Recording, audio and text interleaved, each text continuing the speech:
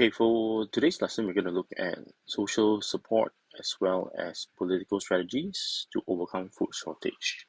So, in the earlier lesson, we actually covered how tech can be used in terms of simple tech like storage to advanced tech like GM food or with DNA splicing, and subsequently, we went on to cover the types of agricultural strategies that can be used to intensify the agricultural produce and intensify the farming process through things like multiple cropping and crop rotation, all the way to all small countries or countries with more users for their land as opposed to using it for farmland, how they tackle this issue of lack of land through the efforts by leasing farmland from other countries to make up for the agricultural shortage that they may have. So when we're looking at social strategies, the most basic one is of course to support your local farming industry. Through this process of supporting local farming, there are several benefits that can be gleaned from it. So if you think about it, one of the key costs of agricultural produce is not only the production itself, it's not only the inputs, but also the transportation cost and delivery cost. This adds to what the consumer experience as a final price you have. So when you are looking at supporting a local farmer, the amount of transportation cost is much lower. They don't have to take a plane, they don't have to take a boat. It's just basically transportation. It's farm to table, farm to shop to table. So the cost of the food can be kept low, and at the same time, it also encourages the local population to continue to pursue this occupation. Um, Traditionally in Singapore, this has not been one of the key areas that we focus on. So the support for local farmers, even if you did want to, it was not exactly the easiest thing to do because there weren't that many to support and the variety wasn't there.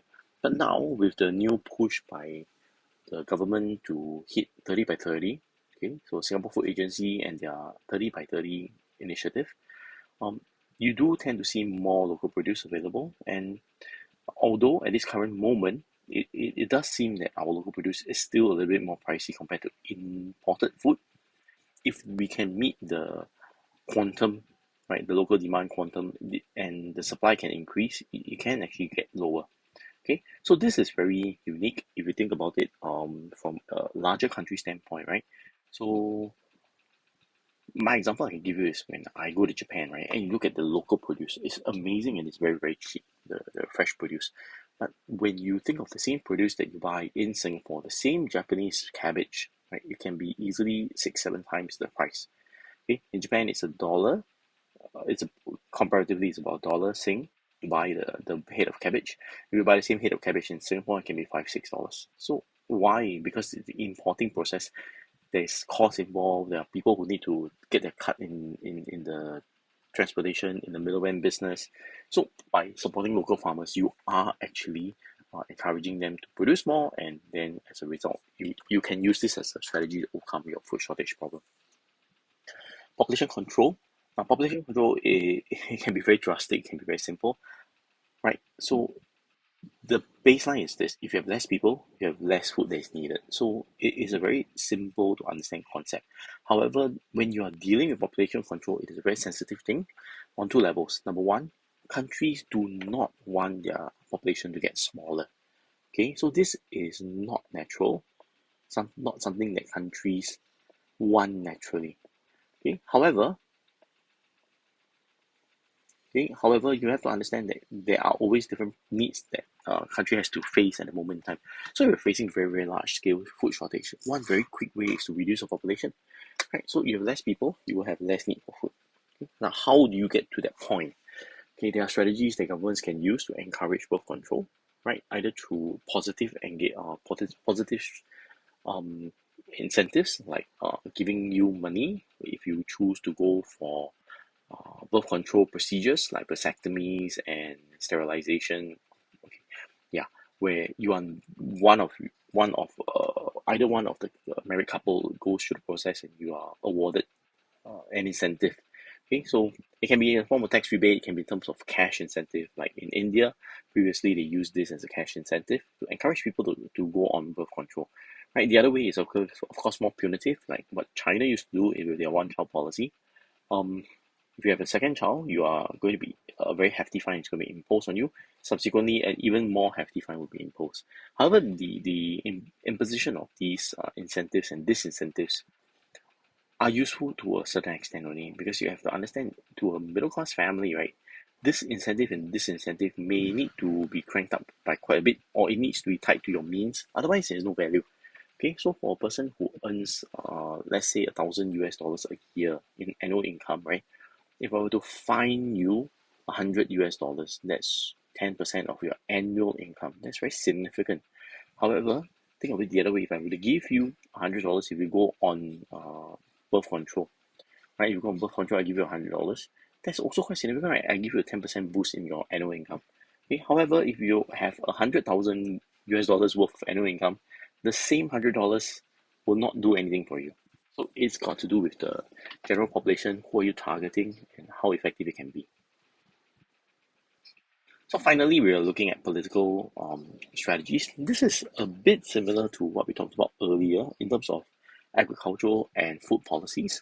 So specifically, when you look at agricultural policies, what are some of these things that you can do? I know earlier on in the earlier part of this chapter, we talked about how Thailand and the Royal Thai Project goes about and helps their farmers, right? Now, governments can take a even more intrusive mode of agricultural policy. One example would be the FELDA scheme in Malaysia, right? So what do? They engage farmers to pivot into join a cooperative of sorts. So when you join a cooperative like the FELDA scheme, right, and you plant oil palm, what is assured for you is a certain baseline of price. Okay. The other things that are given to you are of course technology. Okay, and you become more assured of your final earnings if you join a association like this, because the government will buy all your produce and then they will then sell it off as an entity. Okay, so these are things that governments can do. They can regulate food production so as to ensure that the food supply is pretty much more consistent, right? So in your textbook there are certain write-ups. One is for Malaysia, okay, focusing on the FELDA scheme, how you reduce uh, rural areas and how to regulate rural agricultural services. Okay, details about success and limitations, right? These are all within the textbook itself. So I will not read through this with you, right? Please spend some time, read through this.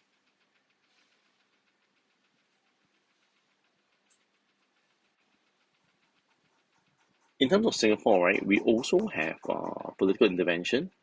Okay, initially we were not so intrusive, but we were pretty determined that we had to go high tech. Okay, so high tech farming, building of the agro-tech farms, the parks, and trying to get up to a good percentile. So this present that is stated here is until pre-COVID. So you can put down, instead of present, right, you can actually indicate to pre-COVID times, okay, which is about 2019. Okay. Now currently, please note that now we have a new policy, is 30 by 30. So we're gonna hope to hit 30% of all food consumed to be produced by 2030. This is something the Singapore Food Agency is working towards actively. So instead of just what we're looking at in your table here, 8%, 8%, and 26%, we're actually trying to bump everything up to 30%. Okay, this will help reduce our reliance on food imports greatly, and hopefully in terms of any sort of disruption in the future, be it civil disruption or pandemic situations, we will not be held hostage as much. So limitations, of course, Singapore land is expensive, so you have to go high tech. Okay, trained workers, willingness of workers to be trained in this field is once again a very big problem. Okay, and of course, when you look at importing, it's a very tempting thing to do because it's always going to be a lot cheaper, right? They have cheaper manpower, they have more space, cheaper land. So for them, producing food is not that costly as to do it in Singapore, where you need to infuse a certain amount of technology. Okay, so before I go on to Food Aid and other programs, I want to bring you to a video on the YouTube channel. Right, if you go to the YouTube channel, there's a video on an example of the fish farming that is done in Singapore. So this is the 2023 current modern fish farm is in a building itself. So let's take a look.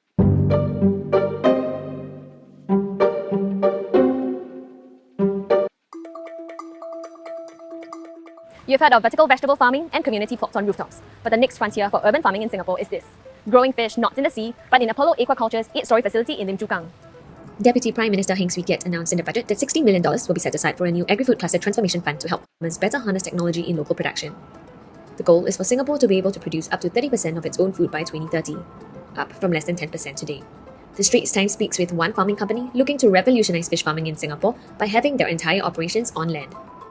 We are now in the Neo-Till Crescent, and this is the first 8-story aquaculture farming facility, indoor farming facility with a full RAS system in Singapore. I think in this region as well.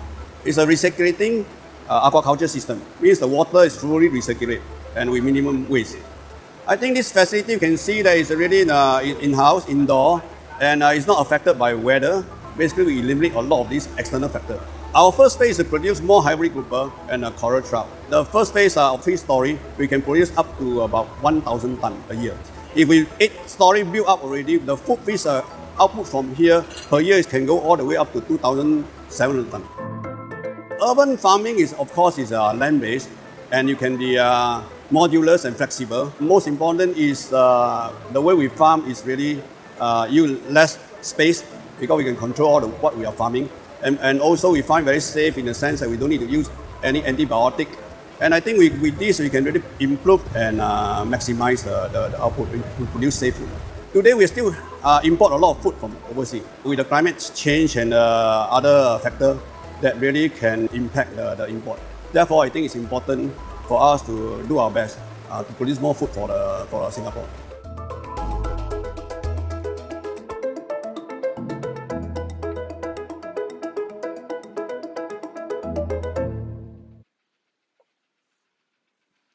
So this example here is an indoor fish farming. So when you look at what the setup is required compared to traditional importing of wild harvested fish or even fish that is farmed in the oceans, which many countries actually have the space and the structural ability to do, right? Think of the inputs that need to be put in for farming high-tech fish in Singapore. So cost-wise, definitely it's going to be a lot higher. However, like Mr. Lucky Pua mentioned in the video, there are certain things that are fringe benefits. Things like, because it's in a very controlled environment, right? Is there a need to continue to have antibiotics pumped into the water so your fish don't die that easily? Because antibiotics, of course, ultimately it gets absorbed by the fish, and guess who eats the fish, right? So these are all essential things that I need you to be thinking about when you're looking at what are some of the maybe additional benefits that moving on to high-tech farming in Singapore, trying to meet 30 by 30 can of course bring to us. Now, of course, these are very cutting edge and new technology, and we have not had indoor farm fish for a prolonged period of time, so we do not know whether there are other limitations, there are other problems that may arise in the future. However, as with most scientific endeavors, you deal with it when it arrives, because there are many times where actually these things are just figments of our imagination and they may not come true. Okay, so this has got to do with our political strategies.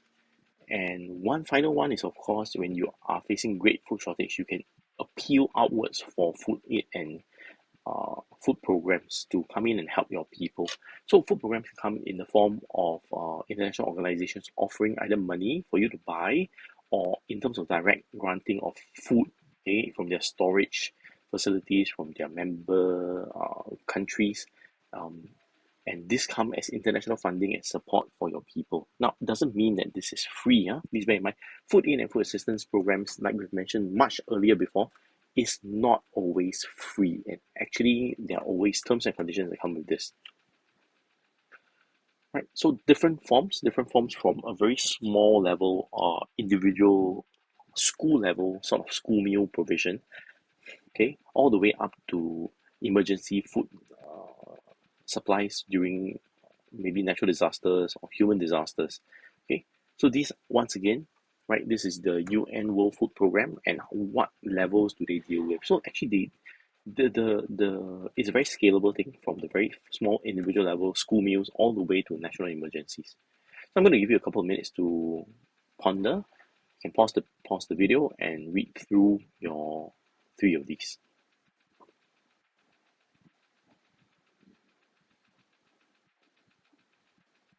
Okay, moving on.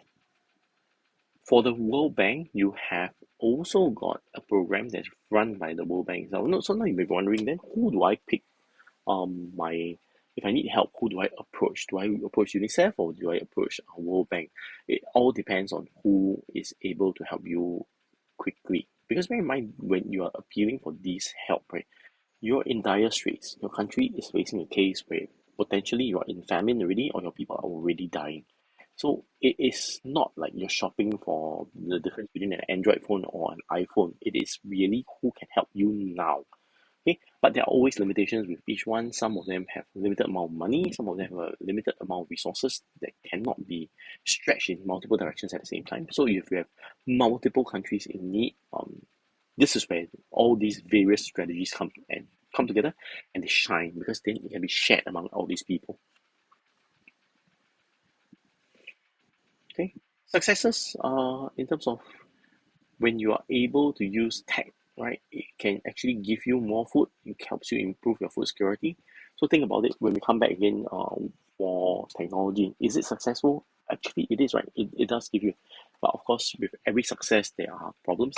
Okay, so things like multiple cropping, when you keep growing on the same piece of land, even though you do crop rotation, sometimes you will still create things like environmental damage.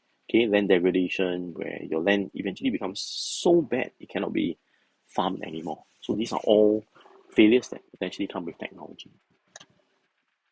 Okay, habitat loss, when you use technology and you realize that you're able to harness and more land, some of these lands have native species that are living on it, and as a result of the ability of tech to harness land that previously would have been left alone, these native species lose their ecology. Okay, this actually can be very clearly seen in our neighboring country of Malaysia, where increasingly you do see as we encroach onto the rural or to the natural forested areas, right? They have large wildlife, things like tigers, leopards. Um, yeah, so when you encroach on them, they encroach back on you, and they do make very Instagrammable social media posts. So you definitely will have seen videos of elephants, tigers, right, in different states of distress among human infrastructure. Land degradation, when you farm for prolonged period of time, there are two things that can happen. You can either waterlog your soil because it's no longer able to drain the water away, and then this will reduce fertility, or you can actually remove all fertility of the area, and when you need to plant, you need to use chemical fertilizers. Over time, right, actually this will totally destroy your land. And so this is very important.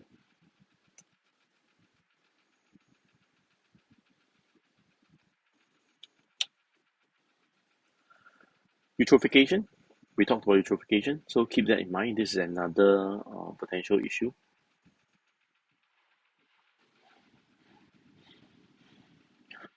So with that, I'll close this. So I need to go and think about this. How do we resolve food shortages when we look at the various categories? Okay, so these are all the different ways.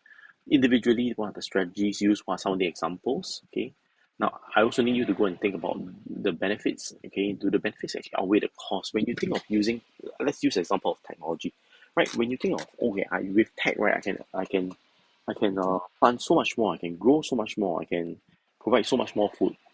Is that really all there is to this? Is that really what is important? Because if it isn't, right, if it's just a short term benefit, what about the long term? Okay, what about the long term? What if by doing all these things, increasing, doubling, tripling the food production for the next 10 years, leads to a complete collapse of food production in 15 years' time? Is it worth it? Okay, so this consideration is something I need you to think about. And as we do the gateway assignments moving on, it will come in handy. Okay, so that's all. Please take some time to review what we've covered today.